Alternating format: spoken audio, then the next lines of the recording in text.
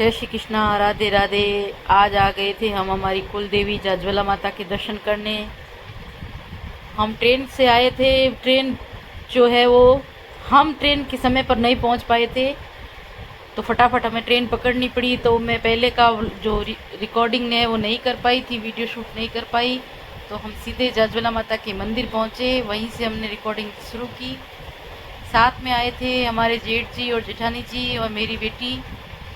हम 5 जने थे और हम पोखरण किसी अन्य काम से भी आए हैं, साथ में आए थे। और तो फिर हमने जो हमारी कुल देवी हैं उनके दर्शन करने का जो है वो पहले तय कर लिया कि हम पहले हमारी कुल देवी का दर्शन करेंगे, उसके बाद वहाँ जाएंगे।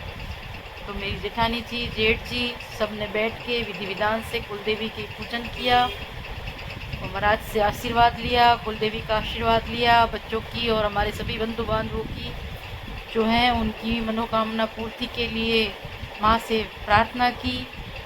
ये है पोखरण में स्थित है हमारी कुल देवी का मंदिर है। जो पुष्करणा ब्राह्मण हैं उनकी व्यास जाति है, उनकी कुल देवी है ये जाज्वला माता। और जो पोखरण है वैसे ही विश्व में प्रसिद्ध है।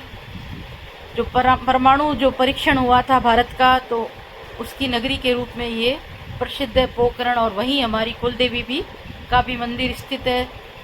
तो ये अपने आप में ये स्थान है वह बहुत ही मान्यता रखता है। हमने वहाँ दर्शन किए, अच्छे से सबके लिए मनोकामना की और पूजन किया और तिलक विलक लगा के मेरी बेटी ने भी आशीर्वाद लिया, माता को भेंट चढ़ाया। और हमने जो भोग की सामग्री है वो भी वहीं की प्रसिद्ध जो प्रसाद है वहीं से ले लिया था हमने। और फिर हम अपना खाने का सामान है वो घर से बना के लाए थे। तो पंडित जी की आज्ञा लेके जो मंदिर के पास ही हॉल बना हुआ था वहीं बैठ के हमने हमारा जलपान ग्रहण किया। हम लोग भी कई दिनों के बाद ही मिले थे, क्योंकि हमारी जो जेठानी जेठ जी हैं ये बीकानेर रहते हैं और हम रहते हैं पोखरण से थोड़ी दूरी पर जो फलोदी शहर है वहीं पे रहते हैं हम।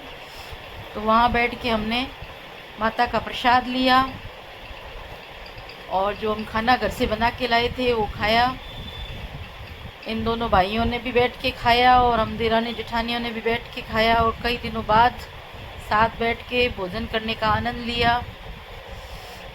मेरी बच्ची ने भी अपने पापा और बड़ा पापा के साथ भोजन किया।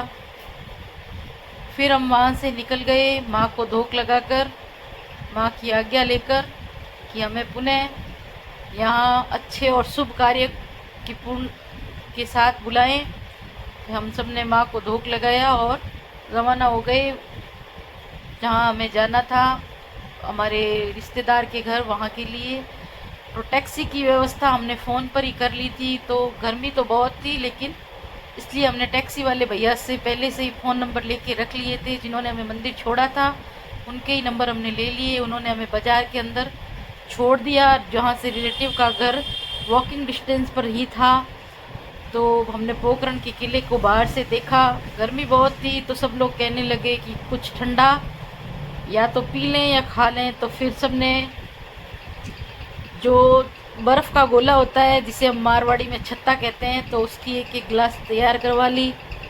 तो हमारे पतिदेव और जेठ जी ने की हमारी छत्ते की सेवा। फिर हमारे जो देवर देवरानी है वो भी आ गए थे, वो भी हमारे साथ हमारे रिश्तेदार के घर चलने वाले थे, तो उनको भी छत्ते वगैरह खिलाया।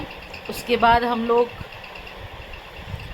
निकल गए जो हमारे रिश्तेदार हैं उनके घर जाने के लिए। जो पोखरण की गलियां हैं उनमें मैं पहली बार ही ऐसे गई थी। ऐसे तो मैं पोखरण गई हुई हूँ माता के दर्शन के लिए, लेकिन जो अंदर शहर है वहाँ मैं पहली बार गई थी। तो मेरी बेटी है वो उनका गलियों का है जो वीडियो शूट कर रही थी, और वो उनके वहाँ के जो घर हैं वो हेरिटेज लुक लग रहे थे। छोटी छोटी गलियाँ थी। हम पहुँच गए हमारे रिलेटिव के यहाँ मिलने के लिए। फिर वहाँ से मिलके हम निकल गए थे रेलवे स्टेशन के लिए। कई आधे घंटा इंतज़ार करने के बाद पहुँच गए।